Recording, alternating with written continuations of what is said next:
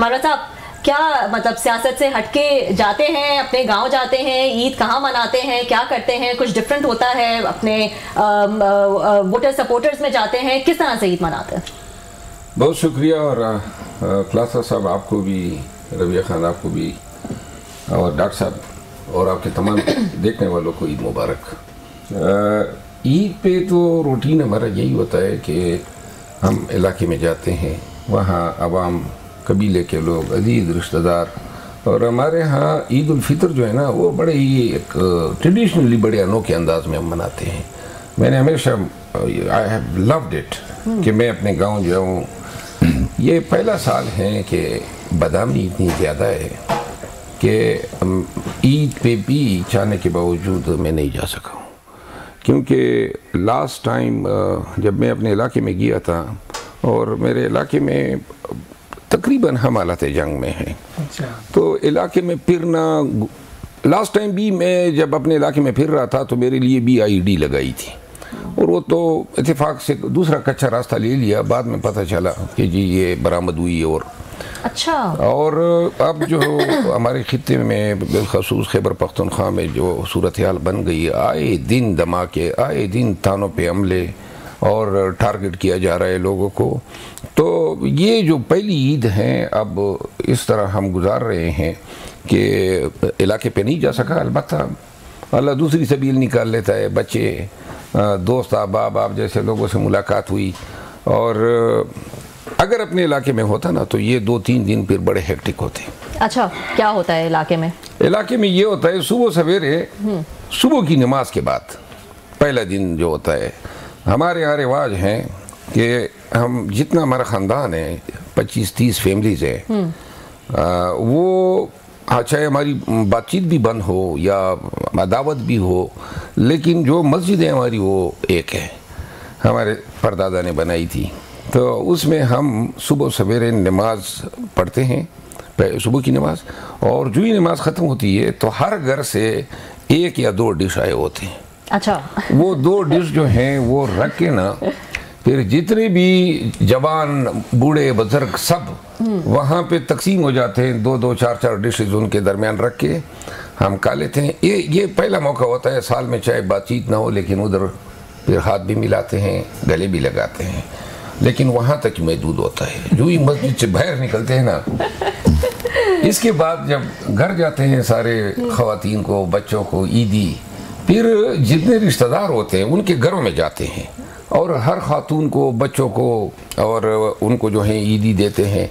फिर ईद की नमाज होती है। ईद की नमाज के फ़ौरन बाद फिर गांव के इलाके के लोग आना शुरू हो जाते हैं, उनकी तवाज़ो, अरे को गले मिलना। दोपहर को फिर एक ये होता है कि वही ख़ानदान के लोग, यानी 28 फैमिलीज़ हैं हमारी, तो हम सब ने घरों में टेंट बनाया होता है, सोबत यानी खाने का एहतमाम किया होता है। तो फिर जो है 2-3 लोग बैठ के टास्क कर लेते हैं कि ये जो मरवत साहब और इनके 4-5 जो साथी हैं ये फलां के घर जाएंगे। अच्छा, that's interesting। तो फिर हम फलां के घर चले जाते हैं। तो इनमें ऐसा भी घर आ सकता है जिनके साथ हमारी बातचीत ही नहीं होती है। अच्छा। लेकिन चले जाते हैं, खाना पड़ता है, खाना खा लेते हैं और खाना जो है वहाँ एहतमाम होता है। बाद औकात हम ज़्यादा होते हैं, 8-10 होते हैं, तो हमें 2 घर दे देते हैं। तो पहले एक घर में खाना खा लेते हैं, फिर दूसरे में चले जाते हैं। चलें, ये तो फिर ये कार्रवाई होने के बाद वापस आते हैं। और दूसरा दिन जो है ना वो बड़ा हेक्टिक होता है, क्योंकि बाहर के लोग जो है ना, यानी दीगर देहातों के लोग या शहरों के लोग, वो फिर मेरे पास ईद मुबारकी के लिए आते हैं। तकरीबन हर साल 30-40 हज़ार लोग जो हैं ईद मुबारकी के लिए मिलते हैं। वो फिर उनके लिए एहतमाम होता है। अब ये जो मौजूदा सिक्योरिटी हालात है ना, इसमें फिर ये फैसला किया रिश्तेदार और अहबाब के लोगों को नुकसान से बचाने के लिए अगर हम अपनी ईद महदूद कर ले तो अब इस्लामाबाद में रहना पड़ा। बिल्कुल अनफॉर्चुनेट हालात है, जिस तरह से दहशतगर्दी का जो हमने राइज देखा, और ये हमने 1-2 जो है वो बहुत अफसोसनाक जो है वो इवेंट्स देखे, तो जाहिर है ईद जो है वो उस तरह की नहीं रहती। लेकिन बड़ी इंटरेस्टिंग आपने जो है वो ये बात बताई कि जिनसे बातचीत नहीं भी होती, तो ईद का मौका ऐसा ही होता है कि नहीं भी होती, उनसे भी जो है वो बात कर लेनी पड़ती है। और सियासतदानों की ईद तो अलग ही बिजी तरह की होती है। हम ईद के दिन खैरात भी काफ़ी, मतलब सदका, और ये बच्चों को और गुरबा को मतलब दिल खोल के पैसे देता हूँ। अच्छा, वेरी इंटरेस्टिंग। डॉक्टर साहब आप बताइएगा क्या कुछ नॉर्मल, क्योंकि बहुत सारे घरों में हम दूसरे गेस्ट से भी बात कर रहे थे, बहुत सारे घरों में काफी बोरिंग ईद भी गुजर रही होती है, तो आपकी वो बोरिंग वाली होती है या बहुत बिजी वाली होती है? बिल्कुल भी बोरिंग वाली नहीं होती, क्योंकि अल्लाह गरी की रहमत करे, मेरे वालिद सबसे बड़े थे फैमिली में, तो उनकी डेथ के बाद भी ये इंश्योर किया जाता है कि वो चचा और वो सारे जो फैमिली है वो दे हैव टू कम। और फिर क्योंकि एक मेरा ताल्लुक जो है वो एक आर्मी फैमिली से था, तो हम तो छोटे से बड़े जब हो रहे थे तो उस ज़माने में तो इवन जो अब्बा के कॉलीग्स थे वो भी हमें एज फैमिली लगते थे, वो जो अंकल आंटी। सो वो तो भरमार लगी होती है कि किसी के घर जाना है, किसी के घर आना है, इट्स ए फेस्टिविटी। सो हमारे यहाँ ये नहीं है कि वो कुछ, मैंने आप सही कह रहे हैं कि देखा है कि कुछ सो के गुजारते हैं ईद, लेकिन यहाँ पे ऐसा कुछ नहीं होता है जी। ईद की नमाज वाज ऑलवेज कंपलसरी, वो है भी वैसे, लेकिन वो हमें इंश्योर किया जाता था। So that tradition follows. अब हमारी आगे औलाद भी उसी तरह फॉलो कर रही है, एंड ऑफ कोर्स वही तैयारियाँ 10-15 दिन पहले, अभी रोज़े आधे नहीं हुए होते तो ईद जो है वो पर्सपेक्टिव शुरू हो जाता है। सो यस, बहुत ज़्यादा फेस्टिविटी और बहुत ज़्यादा मिलना जुलना होता है। और आगे अब ऑब्वियसली बच्चों के, बहनों के बच्चों के भी आगे बच्चे हैं। But you stay in the city, कहीं गांव में या जब कहीं? वालिद हयात थे और हम जाया करते थे, Lahore is our ancestral city, लेकिन ऑफ कोर्स अब वो चेंज हो गया है और we stay in the city. और ये भी वैसे थोड़ी बात जो है वो डिफरेंट अब देखी गई है लोगों में कि आगे जो बच्चे हैं वो ट्रेडिशंस फॉलो करते हैं या नहीं करते। कुछ घरों में नहीं भी, कुछ घरों में नहीं भी किया जाता ये ट्रेडिशंस जो है। अच्छा, आई थिंक फॉर्चुनेट जी कि वो करते हैं और they are just continuing the same pattern जो हमेशा से था। और आपको एक और इंटरेस्टिंग चीज़ बताऊँ, बीइंग ए क्लिनिशियन, क्योंकि I am an active clinical practitioner, हमारे मरीज जो हैं उनका response is outstanding during these festivities. वो भी आपको बहुत ज़्यादा कॉल करेंगे, मुबारक दे रहे हैं, कुछ आ जाते हैं जो याद रखते हैं। So that is also very important. तो ये बच्चों में भी जो है वो अभी तक, as far my family is concern, my children अभी तक तो फॉलो कर रहे हैं, आगे अल्लाह बेहतर जानते हैं। मेरा मामला दूसरा है। अच्छा, मेरा बेटा जो है ना बड़ा, वो ज़रा थोड़ा लाइक करता है कि ख़ानदान से, गांव से, रिवायात से जुड़ा रहे, लेकिन मैंने अपने बच्चों को की एजुकेशन जो है वो की है यहाँ रूट्स में, बीकन हाउस में, फिर लंदन में उन्होंने तालीम हासिल की। इसका नुकसान मुझे ये हुआ है कि अब वो जो जनरेशन गैप तो वैसे ही है हमारे और हमारे बच्चों के बीच। मतलब अब ये जिस जनरेशन में हम क्लासरा साहब हम लोग हैं ना, और हमारी जनरेशन, ये जो बच्चे, ये मेरा ख्याल है कि कुछ ज़्यादा ही डिफरेंस है। डिजिटल जनरेशन कह लें, ये साइंस और टेक्नोलॉजी ने बड़ी तरक्की की, तो हमारे जो बच्चे हैं, एक तो मैं अपनी मर्जी उन पे थोपता नहीं हूँ, जो वो पसंद करते हैं। और ये भाव इनका रुझान जो है ना वो अपने अंदाज से ईद मनाने का है, वो हमारा तरीक़ाकार जो है पसंद नहीं करते हैं। यानी कि हम अगर उनको कहें कि जी गांव चलते हैं तो मनाना पड़ता है कि जी you have to bribe them.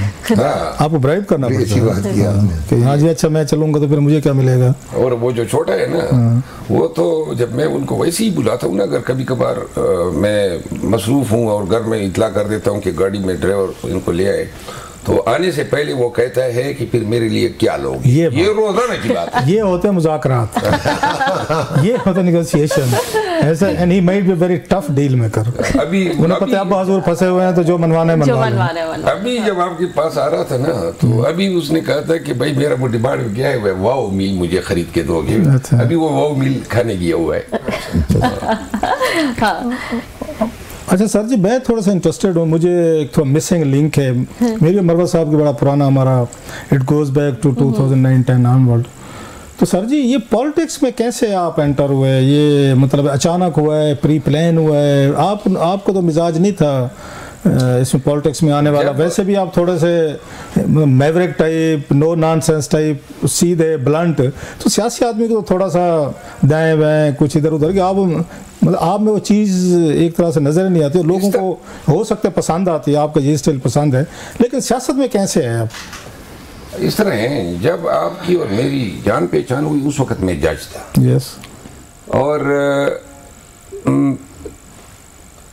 जवान भी थे, अभी भी है, इतना क्यों अपने आप अंडर एस्टिमेट किए बैठे हैं? अंडर एस्टिमेट तो इसलिए कि अब उम्मीदें जो है ना, वो जो आप जैसे आप तो अभी तक जवान नहीं आप इस पे तो मैं कसम उठा के कहता हूं, ये तो जवाबी हमला कर रहे हैं, ये तो जवाब नहीं है। इस क्लासर को मैं जानता हूँ ना, वो है जवान। अब आगे मैं कुछ नहीं बोलता हूँ। अच्छा, तो हुआ ये कि सियासत में मेरा खानदान तो था, आपको पता है, बुजुर्ग थे, मैं जज था। अब जज जो है ऑल टुगेदर एक डिफरेंट लाइफ होती है। लेकिन जब मैंने इससे इस्तीफा दिया मुलाजिमत से 2009 में, और 2011 में जब फारिग तहसील हुआ, यूके से पढ़ के आ गया, मजीद डिग्रियां ली, तो फिर वकालत शुरू की। अब वकालत एक ऐसा शोबा है जिसमें आप वकील के साथ साथ कुछ भी बन सकते हैं। मतलब you are at the border. सियासत है, और अमूमन सियासतदान ज़्यादातर वकील ही रहे हैं। तो फिर जो है ख़ानदान भी था, फिर मैं यूं अब जो फ्रंट पे आया ना, ये तो हालात, वाक़यात, बल्कि ये कहिए कि हादसात ने हमें पाकिस्तान में शनाख्त भी दी और सियासतदान भी बनाया। 9 मई के बाद जो हुआ वो आप सबके सामने है, और ये भी मेरे ख्याल में आपको इल्म है कि मैदान खाली था मेरे लिए, पीटीआई का कोई था ही नहीं कि घोड़ा दौड़ाता। हमें खाली मैदान मिला, हमने घोड़ा दौड़ाया और सियासतदान बन गए, शनाख्त भी मिली। और फिर जो है एक बात है, खान मेरा क्लाइंट था, और खान तो मेरा क्लाइंट था ना, मैं तो उसका वकील था। ये तो 9 मई से पहले मैं उनका वकील था ना, केसेस में उनको रिप्रेजेंट कर रहा था। एक मेरा असूल है कि मैं अपने क्लाइंट को मुश्किल में नहीं छोड़ता हूँ, ये मैंने कभी ज़िंदगी में क्लाइंट को नहीं छोड़ा है। और फिर खान जो था उसके साथ जितनी कुर्बत मिली ना, तो कुर्बत के साथ ही फिर उसके साथ मोहब्बत भी हुई। मतलब ये वो इमरान खान जो लोग टीवी पे देखते हैं, सुनते हैं, उससे बदरजा डिफरेंट शख्स हैं जब आप उसको नज़दीक से देखते हैं।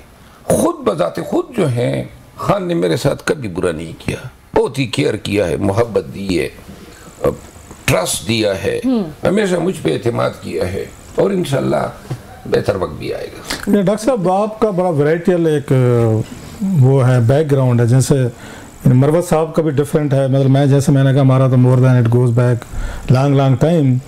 आपका भी बुनियादी तौर पर आप एक मेडिकल डॉक्टर हैं, लोग ये शायद बहुत कम जानते हैं। अपना क्लिनिक भी है आपका, अपनी प्रैक्टिस भी करते हैं, लेकिन पहचान आपकी है इसकी क्रिकेट के हवाले से है कि आप इतना प्रोग्राम बड़ा होस्ट करते थे, गेम ऑन है पीटीवी पे, बल्कि आपने पहली दफ़ा एक नया ट्रेंड दिया। दुनिया भर से बड़े बड़े खिलाड़ी जो थे, आइकॉन थे, जिनको हम देखते थे उसके पीटीवी के ब्लैक एंड वाइट दौर में उनको क्रिकेट खेलते हुए, उनको आप यहाँ स्टूडियो में ले आए इस्लामाबाद में। तो ये मतलब कैसे, ये आपका पैशन, हॉबी, मतलब आप साथ साथ दोनों चला रहे हैं? अच्छा, क्रिकेट भी है, डॉक्टर भी है, क्लिनिक भी है, मरीज भी हैं, खिलाड़ी भी हैं, मतलब ये क्या कहानी है? अच्छा, अगर मुझे सॉरी बहुत इंटरेस्टिंग सवाल है, और आपकी तफसीली जो है वो स्टोरी हम सुनना चाहेंगे, और उसमें मैं भी एक चीज़ ऐड करना चाहूँगी जो मुझे रिसेंटली पता चली है डॉक्टर साहब के बारे में, तो उस हवाले से भी पूछेंगे।